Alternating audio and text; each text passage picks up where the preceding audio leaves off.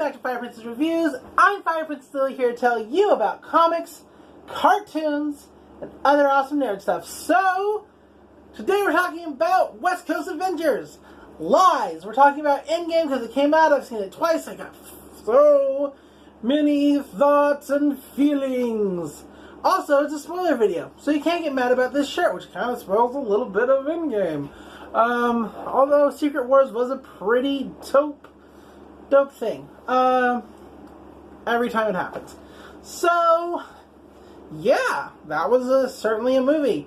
If you haven't seen the movie, I don't know why you clicked on this video because I labeled it spoilers, so... But, some people, just click on things. So if you haven't seen the movie, go see the movie. Come back, because we're going to talk about my favorite scenes. I have 30 minutes, according to my phone, to get all of that done.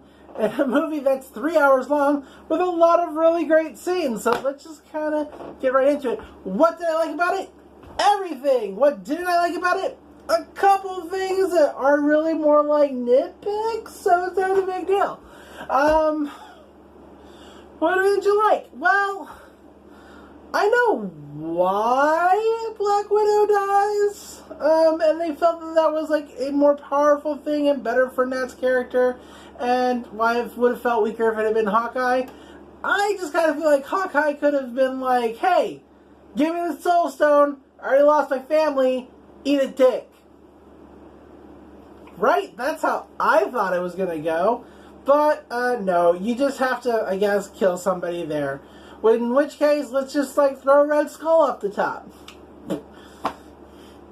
He can float. It wouldn't work. But anyway, not the point. If you do want to see, a full, scene-by-scene kind of thing, check out Team 4 Star's review of it. It's really great. They do get some events backwards, but that's to be expected. I think they just, watched the movie once, came right out of it, and did the thing, because... you gotta do the thing. What else is a nitpick about this? I don't have many. I do like, little things I like. The random rat letting Scott out of the, quantum realm. That was great. I like that Tony Stark was like, what are you calling it again? And Scott's like, time heist. Of course you are. It's just it's the best. He's not about it. And honestly, he kind of shouldn't have been about it. Maybe he would have lived. But I understand why he went ahead with the plan, because they put it in his head, and then he saw a picture of Peter. I don't even know if he needed to see the picture necessarily of Peter, but, because once you put an idea in Tony Stark's head, he has to see it through to completion. Because he is obsessive like that. Other really great scenes. The fight between Captain America and himself. How great is that? It's real great. The talk between Tony and his father for the last time. What a great talk, honestly. Just him sort of reassuring his own father that everything's going to be cool. And getting a little bit of closure that he needed, considering that his parents died in an untimely manner before they could really have a true understanding of each other. Thor talking to his mom. Also really good.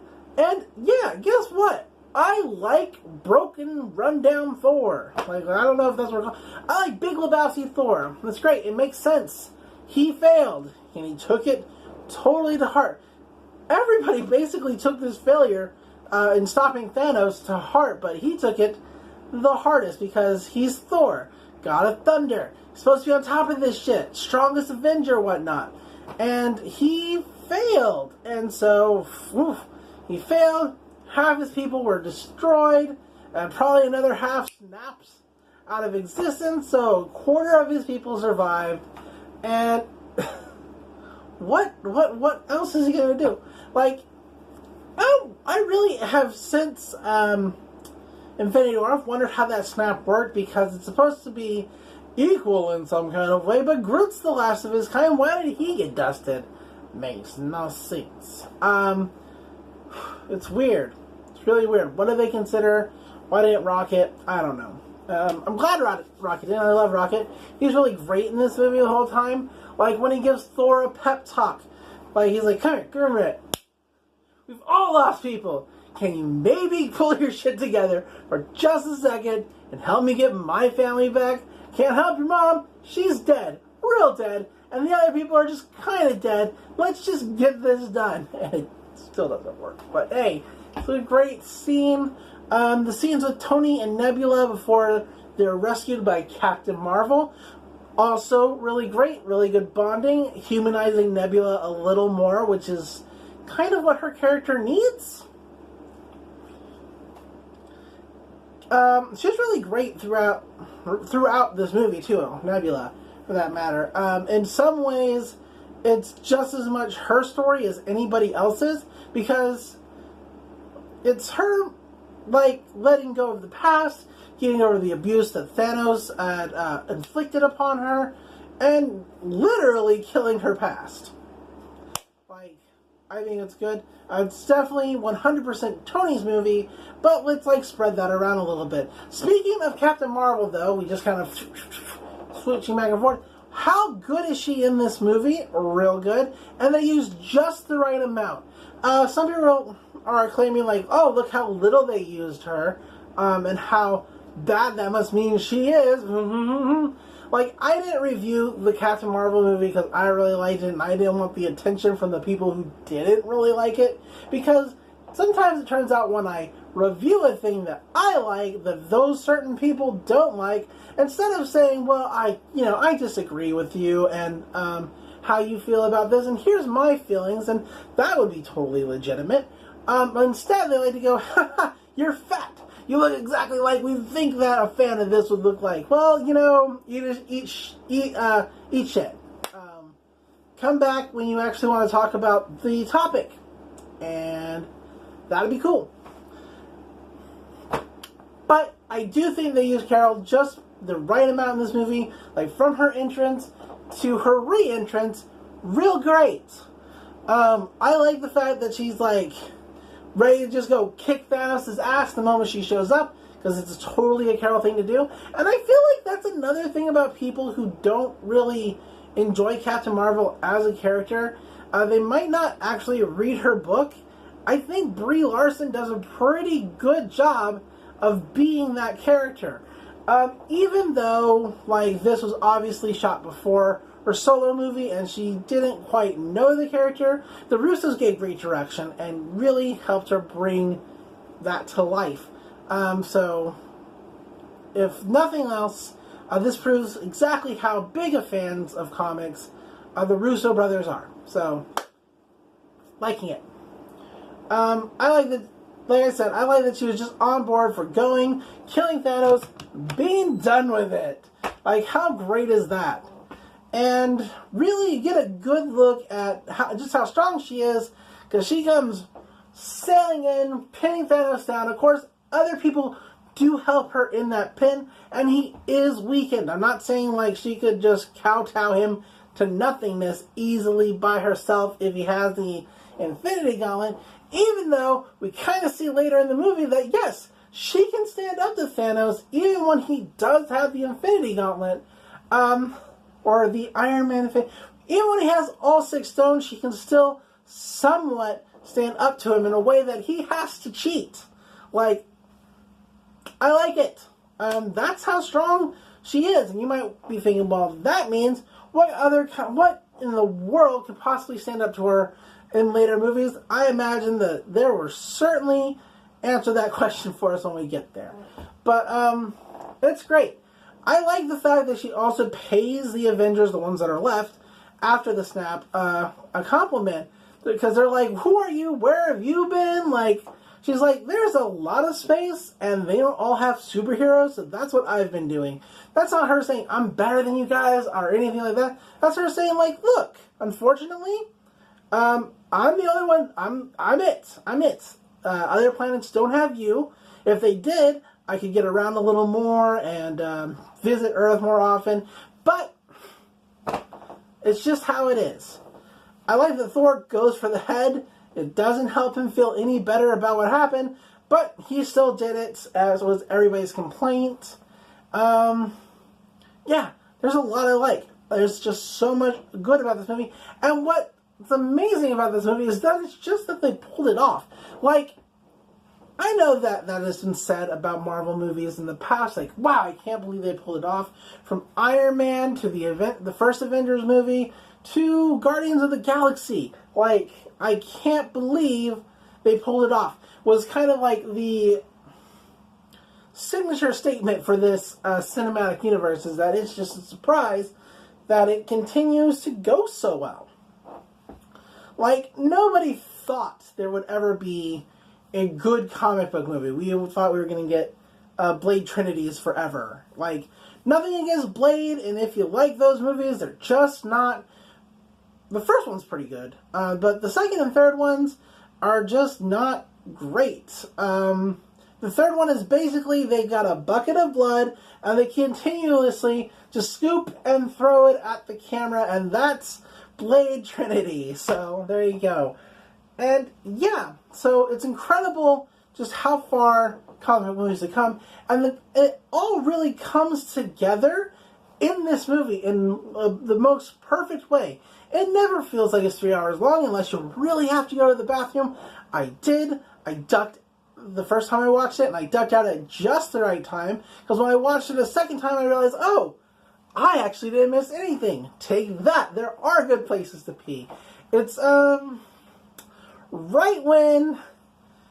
right after the missiles from Thanos' ship comes down, and you see the long take of all of the space beasties looking at Hawkeye as he's picked up the gauntlet. If you leave just right after that, the only thing you miss is Tony finding Steve and Nebula working together with Gamora. That's it. That's all you miss. Because depending on how fast you pee, I pee super fast. So,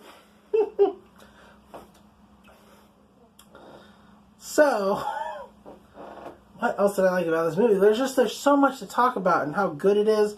The special effects, the practical effects, they're all really good, really well done.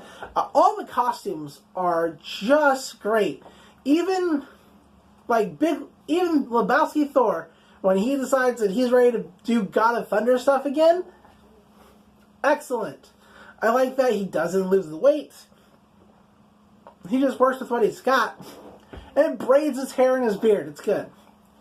And the part where he pulls Mjolnir back, in Thor 2 to himself, proving that he's still worthy, that's a great scene. I thought it was a little gratuitous the first time I saw it. Why are we taking the hammer? You've already got Stormbreaker, and it's a much better weapon with a hammer axe. It's just better, okay? And so why are we doing this? Fine, whatever. I feel like this fucks with the timeline. Cool. Also, the Ancient One Hulk scene, really, really good. I just like that instead of it being the proper, or not the proper, but the expected punch Hulk smash scene, it was Bruce trying to convince the Ancient One, hey, we really do need this. No, we're going to bring everything back. It'll be nothing ever happened. It'll be cool. And it shows that Stephen Strange was always meant to be the Sorcerer Supreme. It's great. Mm-hmm.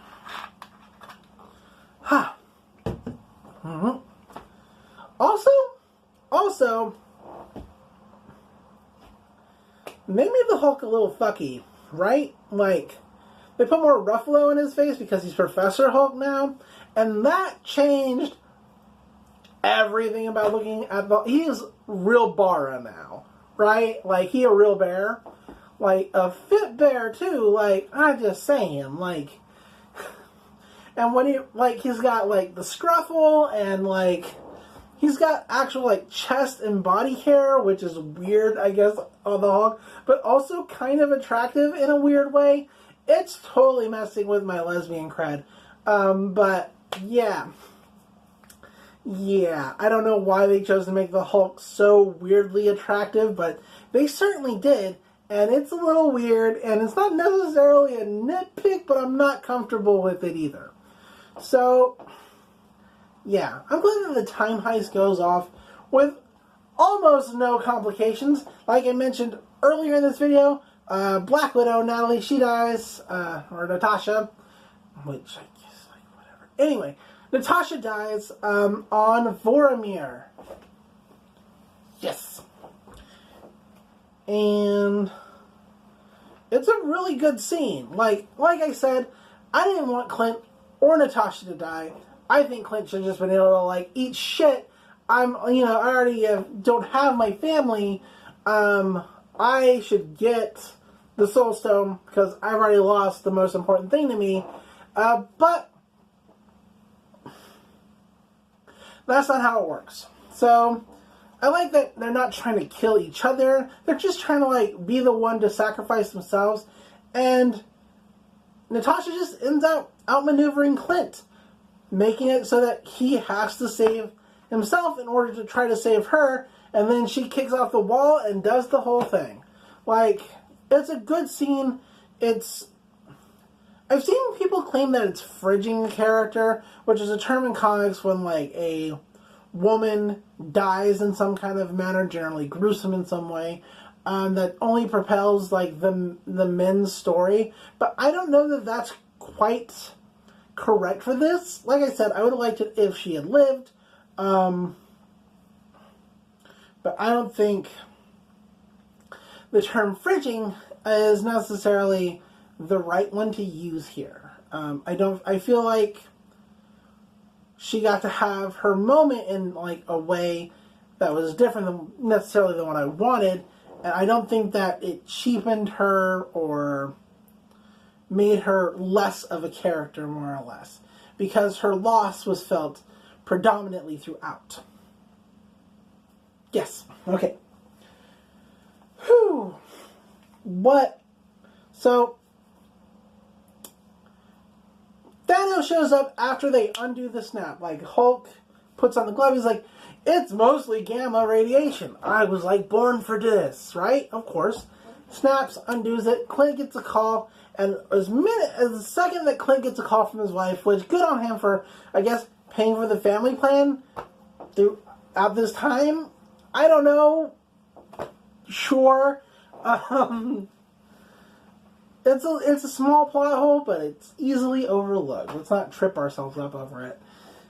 From the moment that Clint gets a phone call until the credits start rolling, I am pretty much in tears. Different stages of tears, different volumes of tears, for different reasons. Happy, sad, excited, anxious, just overwhelmed by a constant emotion. It's an hour-long fight scene at this point, and I am crying throughout, so this is not necessarily what I love the most. It just has a bunch of what I did love the most about the movie within it. So the fight itself, really great, like, as a whole, but it's the little pieces in there that make it the climax of the movie, possibly the best part of the movie. People can disagree with me about it being the best part or not being the best part, but it certainly has, like, the most iconic scenes, the ones that you're going to remember the best. Oh, before I get into that, though, the other thing I really, really enjoyed just before we go on the time heist is when they're trying to talk about time travel in terms of movies with Professor Hulk. Like, Rhodey's like, why can't we just go back in time, find baby Thanos, and just... and he's like, that's horrific. He's like, well, it's Thanos. It's like, well, time travel doesn't work like in movies. Like, they go into a whole thing. It's really funny, and it's really great, and I love that scene a lot. I don't know why I almost skipped over it. But let's get into, like, the cool stuff. That's what you're here for, to hear about, like, the awesomeness, right? If you haven't watched other videos and you're watching mine for the first time, prepare for, like, the best scenes. So, Thanos, like, comes to the future from the past because he figures out what's happening. You know, they're gathering the stones, so I'm going to go into the future when they gather everything for me and just redo everything. I'm going to do it even better. I'm going to break down the universe and rebuild it in my image, because if people know what they lost, they'll always rebel against what I did, so it doesn't matter. I'm just going to remake the universe, and they'll just be grateful to exist. So he sends past Nebula because they did a whole switcheroo thing, which was really cool. But he sends past Nebula to look for the stone, and she's like, what are you going to do? He's like, I'm going to wait. And wait he does. Because Thor, Tony, and Steve show up to, like, stop him. They're like, where's the gauntlet? And they're like, somewhere under all this rubble. He's like, all right. This is Steve, by the way. He's like, all right, our only job is to keep it away from him, so let's go. Thor's like, this is a trap. He's like, yeah, I know. It's like, all right, as long as they're in agreement. Lightning's oven. He's got Stormbreaker. He's got Mjolnir. He's ready to go. And it's a great scene, and it's a great callback to the first Avengers movie where Tony, Steve, and Thor fight each other. Like, it's a really, really good scene. Like, they're trying to work in tandem to, like, bring Thanos down, and it's really good. And Thanos, of course, is super skilled at fighting, so it's, like, not even really necessarily... I mean, it is a contest. They're definitely doing good, but he gets the upper hand on all of them, and he's gonna kill Thor. He's got Stormbreaker, he's pushing it down, and that's when you see Mjolnir moving. The hammer. And you're like, Thor's not doing it, what's going on? Or maybe Thor is doing it telekinetically, but then it hits Thanos in the back of the head, flies past them both. Steve's got it, Steve's worthy, and he is automatically great with the shield and the hammer. I don't know what they put in the super soldier serum, but apparently it's using any tool in tandem with any other tool perfectly, because he's bouncing the shield off the hammer off the shield. He's calling lightning down. It's great. It's so good.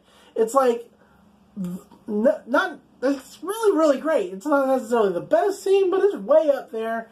Unfortunately, Thanos eventually has enough, cuts through Captain America's shield with some kind of special space alloy, because it's out there, right? The alloy that can cut through vibranium is in space. Thanos has it. It's fine, right? Vibranium's not the toughest in the entire universe, just on Earth. So, moving on. And that's when, just as Thanos is summoning his hordes to, like, fight, Cap just, like, tightens up his half shield because he's ready to, like, keep fighting. He can do this all day, no matter what it takes. And that's when all the portals start opening up. Sam flies through. Wakandans are there. The rest of the Guardians of the Galaxy are there. I mean, it was just Rocket and Nebula for a while, but the rest of them are there too. Peter's back. It's real good. And they're trying to figure out how to get the stones back in the past.